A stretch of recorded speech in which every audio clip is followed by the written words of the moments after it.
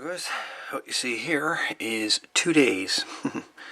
The whole weekend I spent sorting through a bunch of circuit boards I'd kicking around here forever, and I said, well, this weekend I was going to go through them and pull off what I could pull off, and the rest of the boards I was going to chuck in the garbage.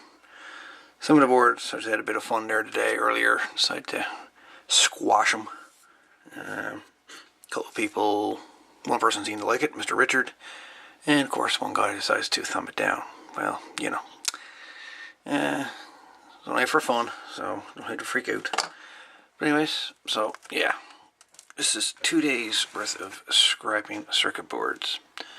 So in this container is a bunch of cores that I took out of little IF transformers and stuff. These always comes in handy.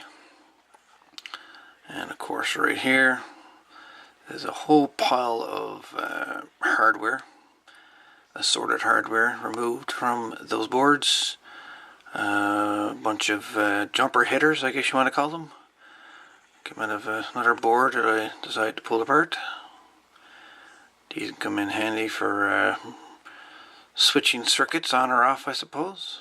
Depending for temporary applications, these come in handy.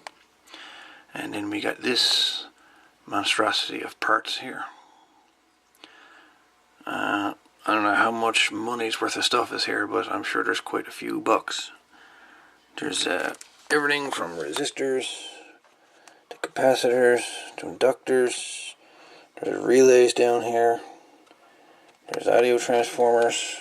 There's speakers, meters, grills. You name it, it's in here. But so what I'm going to do here now is sort through these, or try and sort through them and see what we've got here. Got a bunch of containers over here that I'm going to sort everything into and see what we get. But anyways, I'll get through some of this now. I'll do another video here. But for right now, you're looking at 2 days worth of harvesting parts from circuit boards. And all removed by soldering iron. Crazy. Okay guys, I got it even more broken down now. So basically, let's go through what we've managed to salvage. Managed to salvage a bunch of 12 volt, 5 volt, 24 volt relays right here. A bunch of antenna connectors, mic connectors right there. Bunch of power resistors here, as well as a nice little rheostat. We got a bunch of switches, momentary on-off, channel selectors type of thing in this one. Then we've got all the inductors. Inductors here still need to be breaking down more. There's various types and sizes here, so they gotta be broken down. Then we've got all the capacitors right here. These also have to be broken down. We have trimmer caps here, as well as 3 super capacitors sitting there, the green ones. So they got to be put away properly.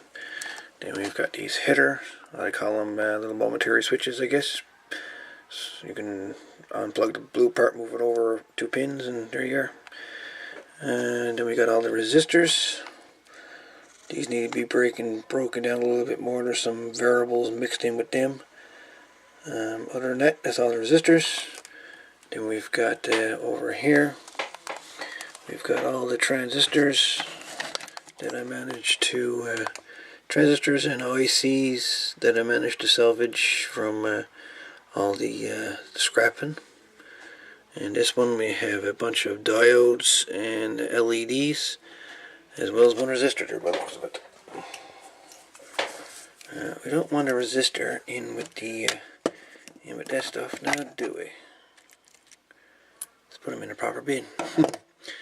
And then we have a shit ton of crystals. Crystals are always good.